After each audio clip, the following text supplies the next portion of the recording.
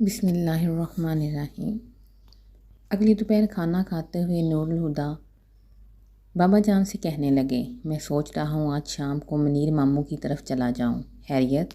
انہوں نے پوچھا۔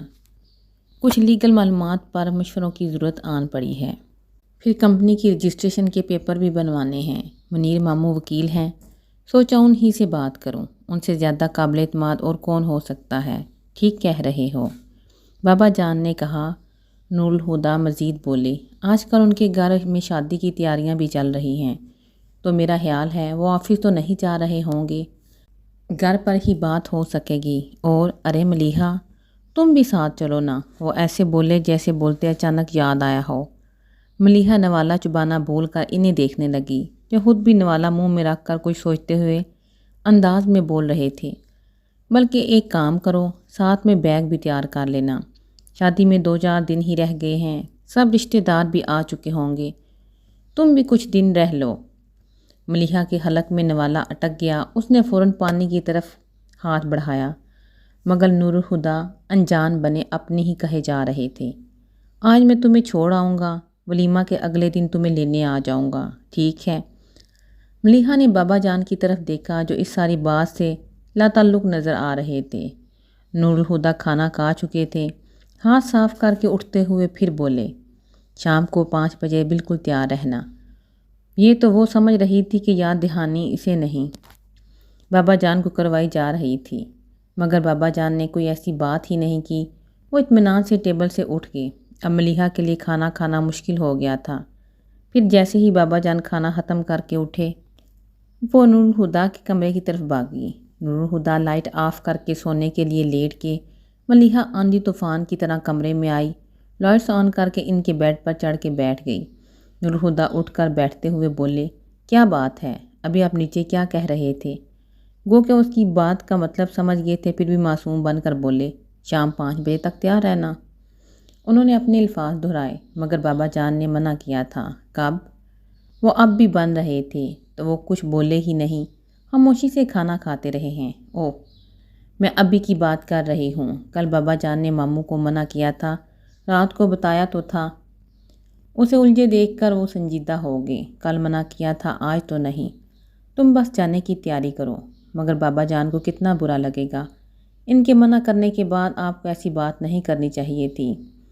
برا کیوں لگے گا بھائی؟ وہ حیرت سے بولے، کل جب ماموں تمہیں لینے آئے تو گھر پر تھا نہیں؟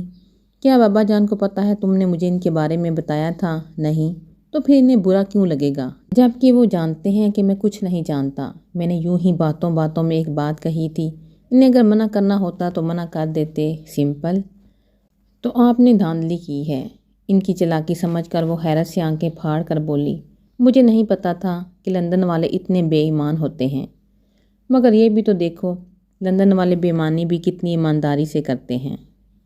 وہ رڈائی سے بول کر ہنسے، کیا خاک ایمانداری ہے؟ شرم تو نہیں آتی جھوٹ بولتے ہوئے؟ سیدھے دوزخ میں جائیں گے۔ اس کی ملامت کا نور الہدا پر کوئی اثر نہیں ہوا۔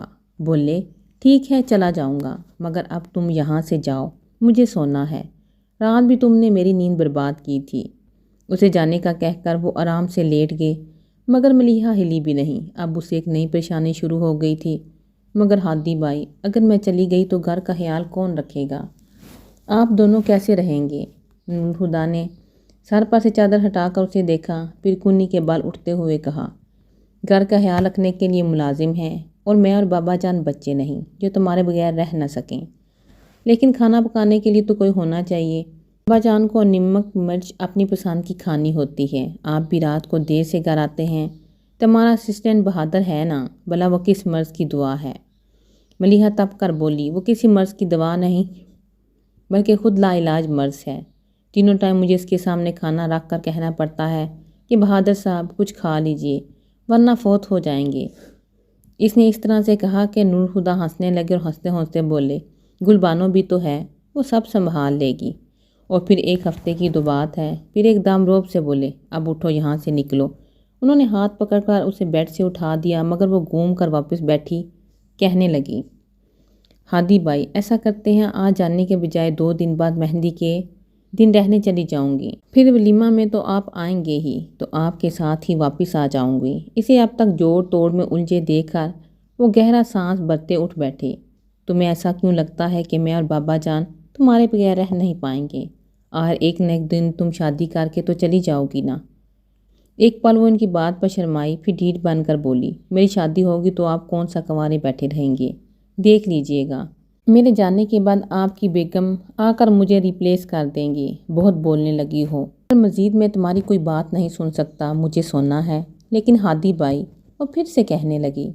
تو نور الہدیٰ چادر پھینک کر بستر سے اٹھے اور اس بازو سے پکڑ کر باہر کی طرف لے جاتے بولے، تمہارے جتنے بھی لیکن ویکن ہیں، اگر مگر ہیں، ان کا جواب میں شام میں دوں گا۔ اگر تم نے 5 بجے سے پہلے میرے کمرے میں قدم رکھا تو میں ایسی جگہ چھوڑ کر آؤں گا، کبھی چاہ کر بھی واپس نہ آ سکو گی۔ اسے کمرے سے باہر چھوڑ کر وہ واپس اندر مڑے تو ملیحہ بھی ہادی بھائی بات سنیں کہتی ان کے پیچھے آئی، مگر دروازہ بند ہو چکا تھا۔ ملیحہ نے مکہ بنا کر دروازے پر مارنے کے لیے اٹھایا، پھر خود ہی ہاتھ گرا کر منہ بناتی کمرے میں آ گئی۔ کمرے میں آ کر اس نے اپنا بیگ تیار کیا، پھر شام کے لیے کپڑے نکال کر پریس کیے۔ ٹھیک 5 بجے وہ تیار ہو کر نور الہدیٰ کے کمرے کے دروازے پر دستک دے رہی تھی۔ ان کی آواز پر وہ دروازہ کھول کر اندر آ گئی۔ نور الہدیٰ بلیک ڈریس پینٹ پر بلیک ہی شرٹ پہنے، گلے میں ایک میرون دوسری براؤن ڈارس والی ٹائی لٹکائے ڈریسنگ کے سامنے کھڑے تھے۔ اسے دیکھ کر بولے، ملیحہ ذرا بتانا تو دونوں میں سے کون سی ٹائی زیادہ سوٹ کرے گی؟ بیگ وہیں سائڈ پہ رکھتے ہوئے ان کی طرف دیکھ کر بولی، آپ ہر بات میں میری رائے لینا ضروری کیوں سمجھتے ہیں؟ انہوں نے جواب دیا، اور تم ہر بات میں محض کرنا کیوں ضروری سمجھتی ہو؟ اس نے سر جھٹکا، پھر 2 قدم آگے آ کر ایک نگاہ ان کے سینے پر ڈالی اور جا کر الماری میں سے کچھ ڈھونڈنے کے بعد ان کی طرف آ گئی۔ پھر ان گلے سے دونوں ٹائیاں نکال کر ہاتھ میں پکڑی ایش ٹرے کلر کی ٹائی ان کے گلے میں باندھنے لگی۔ غیر ارادی طور پر نور الہدیٰ کی نگاہ اس پہ ٹک گئی۔ وہ اس وقت سفید رنگ کی جارجٹ کی شلوار پر شفون کی قمیض پہنے، سفید شفون کا دوپٹہ کاندھوں پر پھیلائے کھڑی تھی۔ کانوں میں سفید موتیوں کے آویزے تھے، آنکھوں میں کاجل کی پتلی سی لکیر اور ہونٹوں پر نیچرل شیڈ کی لپسٹک لگا کر بال کمر پر کھلے چھوڑ رکھے تھے۔ کبھی کبھی ایسا ہوتا تھا کہ نور الہدیٰ اسے دیکھتے دیکھتے ایک پل کو سب کچھ فراموش کر بیٹھتے، جیسے ابھی بھی انہیں کچھ ہوش نہیں رہا تھا۔ ٹائی کی نوٹ لگا کر کالر صحیح کرتے ہوئے ملیحہ ان کی طرف دیکھ کر یوں مسکرائی تو نور الہدیٰ فوراً سنبھلے اور مڑ کر آئینے میں ٹائی ٹھیک کرنے لگے، مگر آئینے بھی ان کی نگاہ ملیحہ کے عکس پر تھی۔ تم سفید رنگ مت پہنا کرو۔ ان کی آواز پر ملیحہ حیرت سے مڑ کر بولی، کیوں؟ اس رنگ میں تم اتنی پیاری لگتی ہو کہ ڈر لگتا ہے کہیں تمہیں نظر نہ لگ جائے۔ ہادی بھائی، وہ ایسے بولے جیسے کہہ رہی ہو کیا بیکار کی باتیں کر رہے ہو۔ 1 منٹ، اسے رکنے کا کہہ کر نور الہدیٰ نے دراز سے کیمرہ نکال کر آنکھوں پر لگا لیا۔ یہ کیا کر رہے ہیں؟ نور الہدیٰ نے کیمرہ نیچے کرتے ہوئے کہا، تصویر کھینچ رہا ہوں، مگر مفت میں نہیں کھینچوں گا، بدلے میں ایک مسکراہٹ چاہیے۔ اور ملیحہ فوراً ہی مسکرا اٹھی۔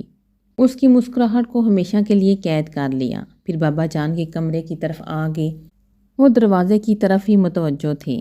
نور الہدیٰ ایک قدم پیچھے اندر آتی، ملیحہ نے انہیں دروازے کی طرف دیکھتے پایا تو گھبرا کر نور الہدیٰ کا ہاتھ تھام لیا۔ نور الہدیٰ نے اس کے ہاتھ کو اپنی مضبوط گرفت میں لے لیا اور ہلکے سے جھٹکے سے اسے اپنے قریب کر لیا، اتنا کہ اس کا شانہ نور الہدیٰ کے بازو کو چھونے لگا۔ یہ ساری کارروائی بڑے ہی غیر محسوس انداز میں ہوئی، پھر بھی بابا جان کی عقابی نگاہوں سے چھپ نہ سکی۔ بیٹی اور بھتیجے کے اس اتحاد کو دیکھ کر ایک انوکھا خیال اچانک ہی ان کے دماغ میں آیا۔ نور الہدیٰ ملیحہ کو ساتھ لیے ان سے 2 قدم کے فاصلے پر رک کر بولے، ہم دونوں بس جا ہی رہے تھے، آپ کو اللہ حافظ کہنے آئے تھے۔ وہ ابھی تک اسی خیال کے زیر اثر تھے، زیر لب مسکرا دیے۔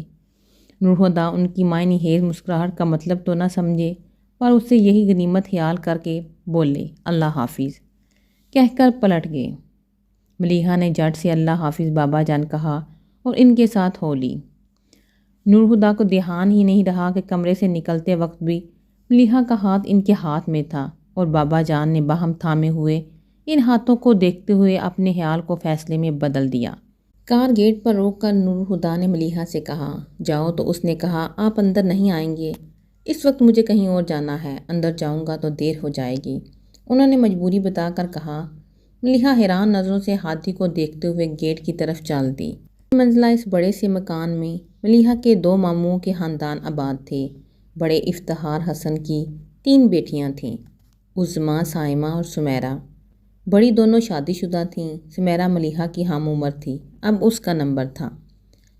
چھوٹے ماموں منیر حسن کے سب سے بڑے بیٹے آفاق تھے، جن کی سمیرہ کے ساتھ شادی ہونی تھی۔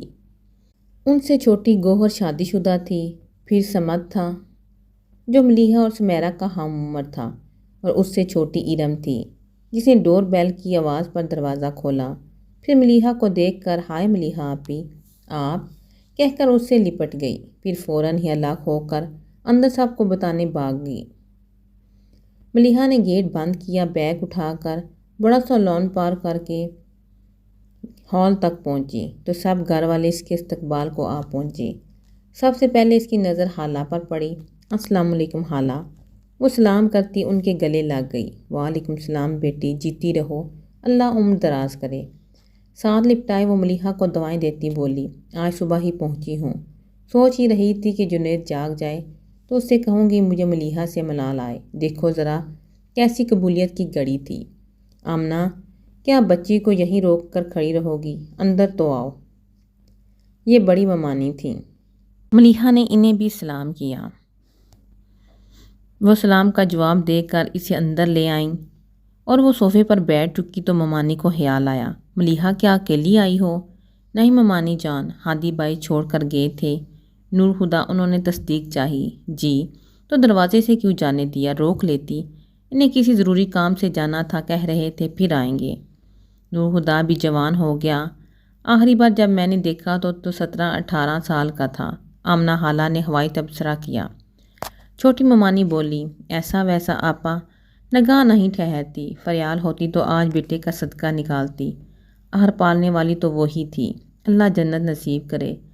اس نے کبھی اپنے پرائے کا فرق نہیں کیا، تبھی تو نور الہدیٰ نے اس کے گھر سے رشتے جوڑ رکھے ہیں۔ لندن سے آتے ہی دوسرے دن ماموں کو سلام کرنے آ پہنچا۔ پھر ملیحہ سے بولی بھائی جان کیسے ہیں، ٹھیک ہیں؟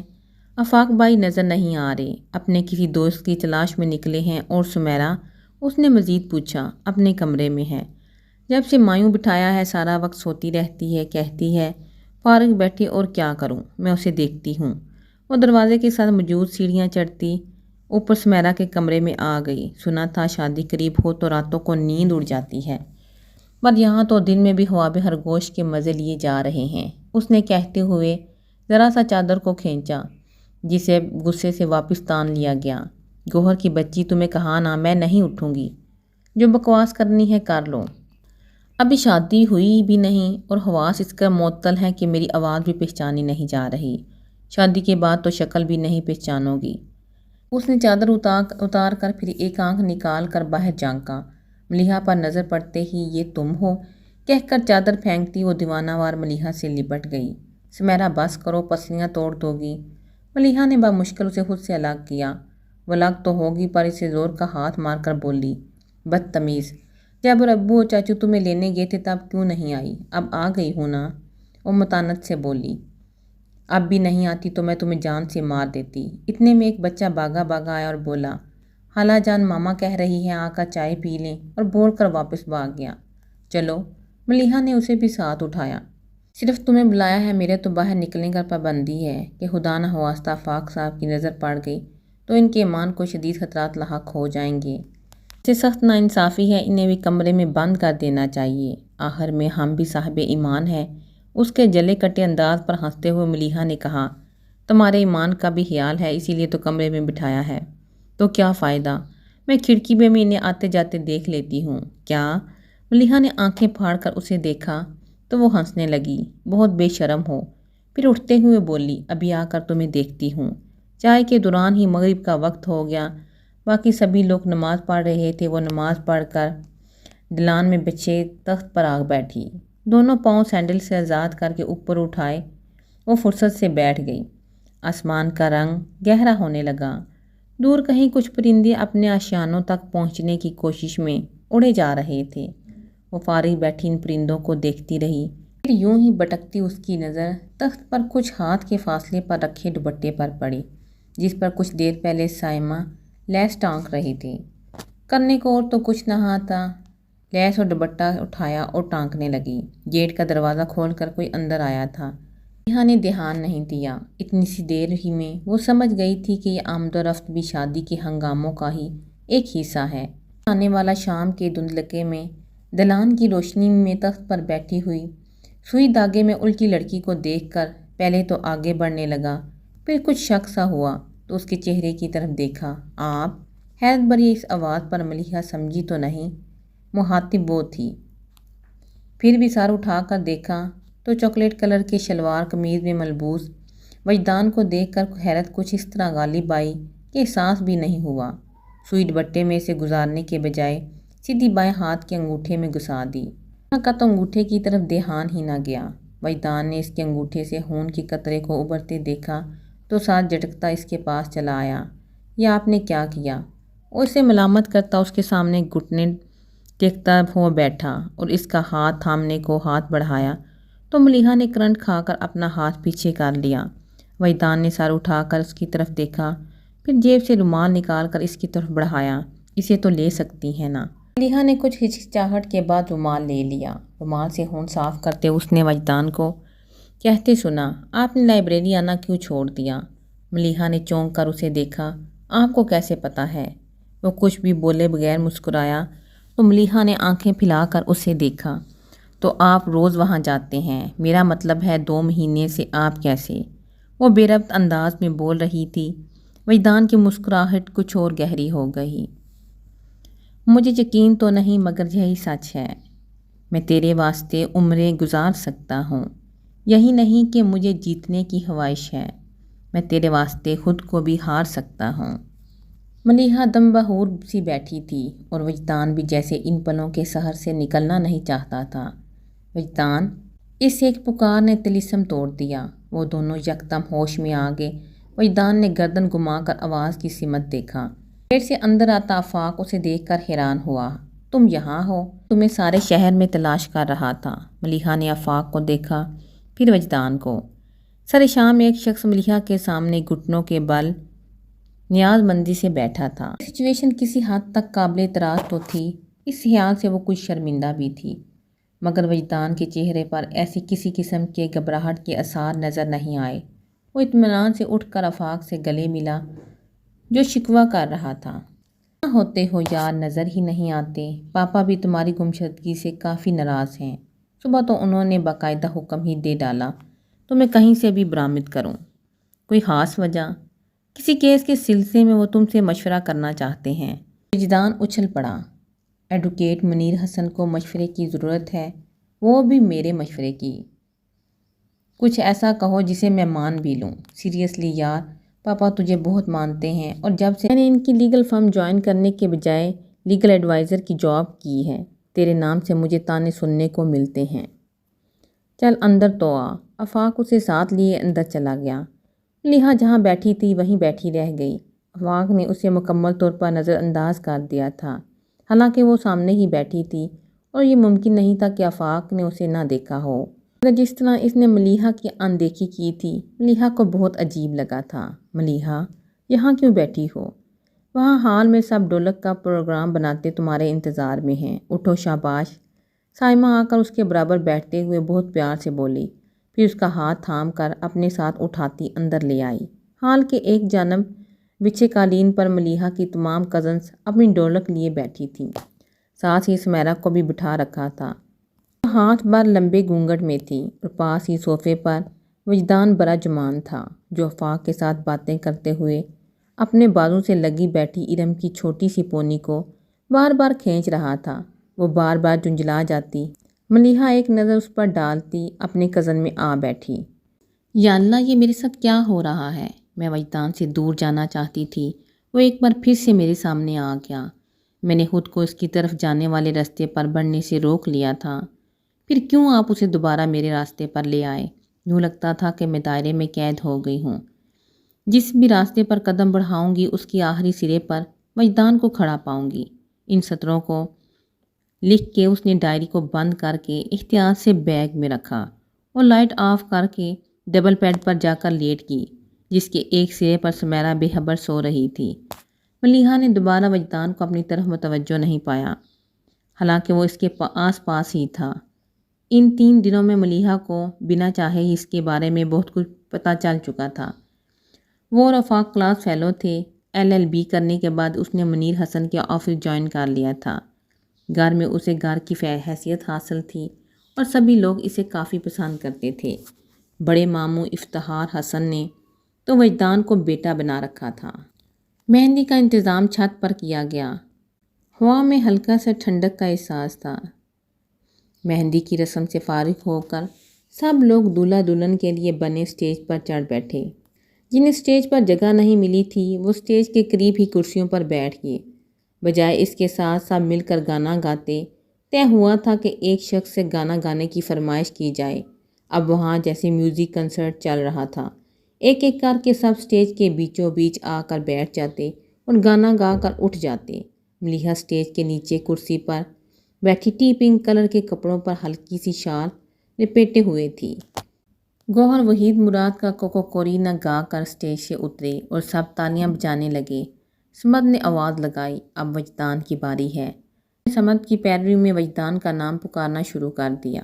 وجدان اپنی جگہ سے اٹھ کر سب کے بیچ میں آ کر میں گانا نہیں بلکہ ابن انشا کی ایک نظم سناؤں گا۔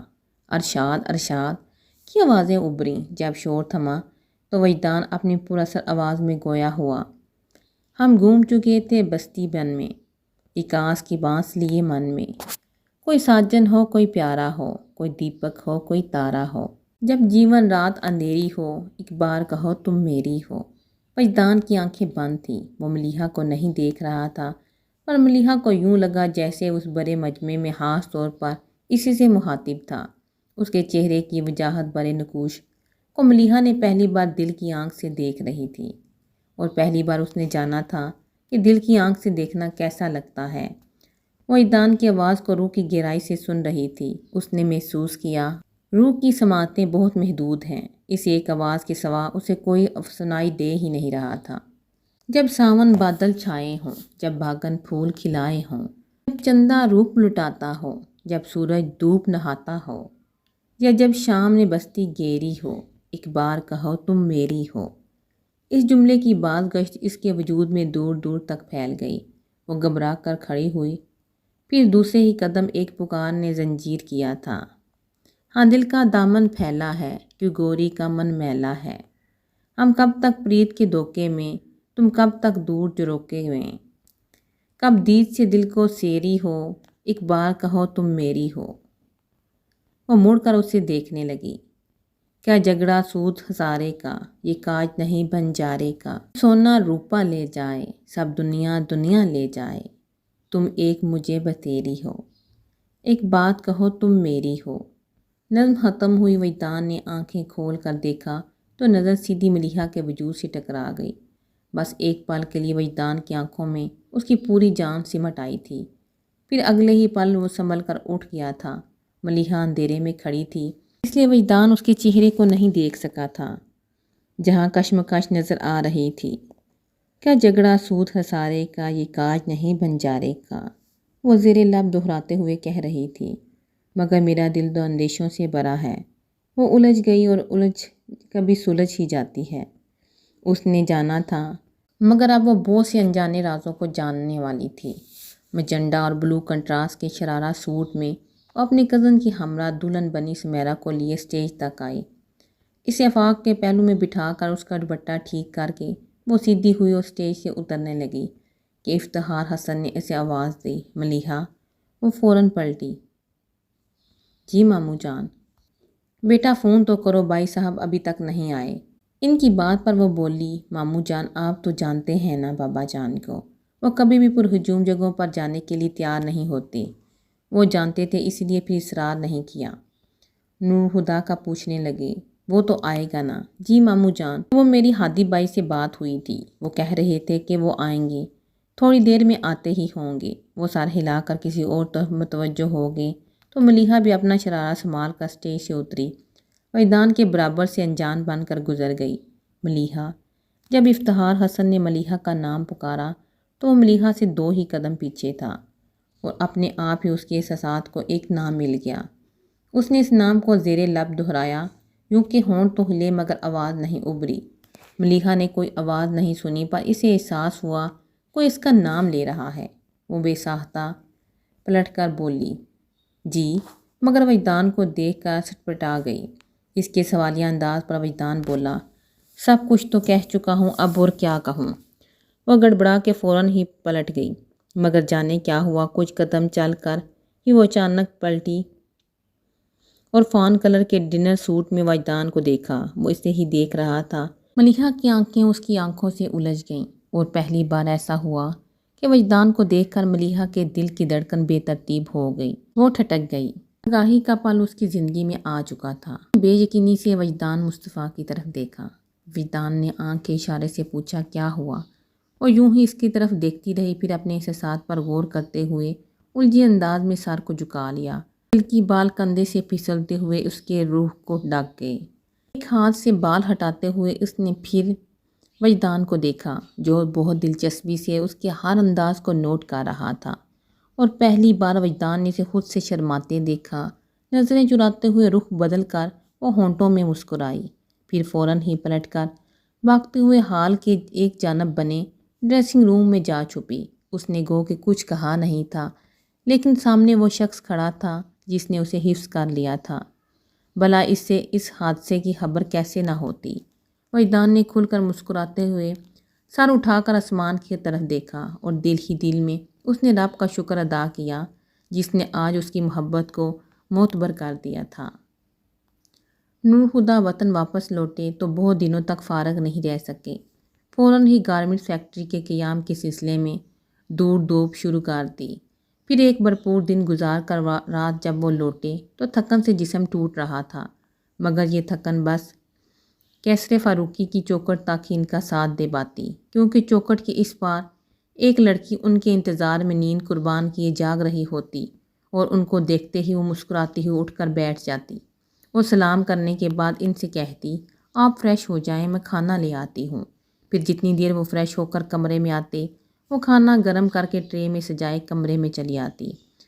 نور خدا اسے دیکھتے ہی صوفے پر جا بیٹھتی۔ وہ کھانا شام میں کھا لیا کرتی تھی، مگر اب اس نے اپنی بھوک کو تقسیم کر لیا۔ کھانا وہ شام کو بابا جان کے ساتھ کھاتی اور تھوڑا سا کھانا رات میں نور خدا کا ساتھ دینے کو کھاتی، مگر آج دروازہ کھول کر اندر پیر رکھتے ہوئے انہوں نے خالی صوفے کو دیکھا تو وہیں رک گئے۔ ایک تم جو نہیں تو لگتا ہے کچھ نہیں۔ انہوں نے اپنی سرگوشی سنی، صاحب کھانا لگا دوں؟ بہادر ایک دم سے کسی کونے سے نکل آیا، رہنے دو یار، بھوک نہیں۔ بہت بیزاری سے بول کر وہ دروازے کے آگے بنے سٹیپ پر بیٹھ گئی۔ بہادر سر ہلا کر واپس غائب ہو گیا۔ نور خدا نے کوٹ ران پر رکھا، آستینیں کونیوں تک پہلے ہی چڑھا رکھی تھی۔ ٹائی کی ناٹ کھول کر ڈیلی کرتے ہوئے انہوں نے گریبان کے بٹن بھی کھول دیے، پھر کلائی پر بندی گھڑی پر نظر ڈالی، مسکرا اٹھے۔ اس وقت انہیں شادی ہال میں ہونا چاہیے تھا۔ وہ جانتے تھے ملیحہ اس وقت بے صبری سے ان کا انتظار کر رہی ہوگی، خود وہ بھی اسے ایک نظر دیکھنے کے لیے بے چین تھے، مگر پھر یہ خیال کہ وہ ان کی راہ دیکھتے ہوئے بس انہیں سوچ رہی ہوگی کہیں زیادہ کیف آ گئی تھا۔ وہ ایک ہاتھ سے گدی مسلتے ہوئے خود سے بولے، کبھی سوچا بھی نہیں تھا ایک لڑکی مجھ جیسے ایسی میچور حرکتیں کروائے گی۔ خود پر مسکراتے ہوئے انہوں نے کوٹ کی جیب سے سگریٹ کا پیکٹ نکالا، سگریٹ نکال کر ہونٹوں میں دبا کے جیب سے لائٹر نکال کر جلایا۔ سگریٹ سلگاتے ہوئے کچھ یاد کر کے ان کے ہاتھ ایک پل کو رکے، پھر ایک گہری مسکراہٹ کے ساتھ سر جھٹکتے ہوئے انہیں سگریٹ سلگا لیا۔ سوال سے گزر کر ان کی نظریں لاؤنج کے اس صوفے پر ٹہریں جس پر بیٹھ کر ان کا انتظار کرتے ہوئے وہ پہلی رات سو گئی تھی، پھر آنے والی کئی رات نور خدا نے اسے اسی صوفے پر بیٹھے اپنے انتظار میں جاگتے پایا۔ نور خدا نے ایک گہرا کش لے کر دھواں ہوا میں چھوڑا اور ملیحہ کو دیکھنے کی ان کی خواہش عجیب سے ڈھنگ سے پوری ہو گئی۔ دھوئیں میں لپٹا اس کا ہر ایک نقش بہت واضح تھا۔ بند آنکھوں پر سجی پلکوں کا سایہ گالوں پر پڑ رہا تھا، ہونٹ نیم وار تھے، الجھے بالوں کی ایک لٹ ان کے گال کو چھو رہی تھی۔ باہوں میں کشن دبا رکھا تھا اور لمبا دوپٹہ ایک طرف سے ذرا شانے پر ٹکا تھا اور دوسری طرف سے پیروں کو چھوتا قالین پر بے ترتیبی سے بکھرا تھا۔ دھواں تحلیل ہونے لگا، عکس بھی مٹنے لگا۔ نور الہدیٰ نے ایک اور کش لے کر دھوئیں کی دیوار پر اپنی آنکھوں کے سامنے کھڑی کر لی اور بے خبر حسن پھر ان کی نظروں میں آ ٹھہرا۔ محبت کا یہ کھیل کتنا عجیب تھا۔ یہ دھندلے منظر زیادہ روشن، زیادہ صاف دکھائی دیتے ہیں۔ ملیحہ کے عکس کو دیکھتے ہوئے وہ آہستہ سے بڑبڑاتے ہوئے پھر اپنی ہی بات پر چونک گئے۔ محبت۔ انہوں نے دھیرے سے اس لفظ کو دہرایا اور پھر سوچ میں پڑ گئے۔ وہ سوچتے رہے یہاں تک کہ ان کی انگلیوں میں دبا سگریٹ صفحہ ہستی سے مٹتے ہوئے اپنے وجود کی تپش ان کے پوروں کو بخش کر انہیں ہوش میں لے آیا۔ بے ساختہ ہی ہاتھ جھٹکتے ہوئے ان کے ہونٹ دلکشی سے مسکرائے تھے تو نور الہدیٰ فاروقی۔ انہوں نے اپنے آپ کو مخاطب کرتے ہوئے خود سے کہا، آج یہ اعتراف کر ہی لو کہ تمہیں محبت ہو چکی ہے۔ کسی کے تصور سے ان کی آنکھیں جگمگائی تھیں۔ انہوں نے ایک اور سگریٹ نکال کر سلگایا اور دھندلے منظر پھر سے روشن ہونے لگے۔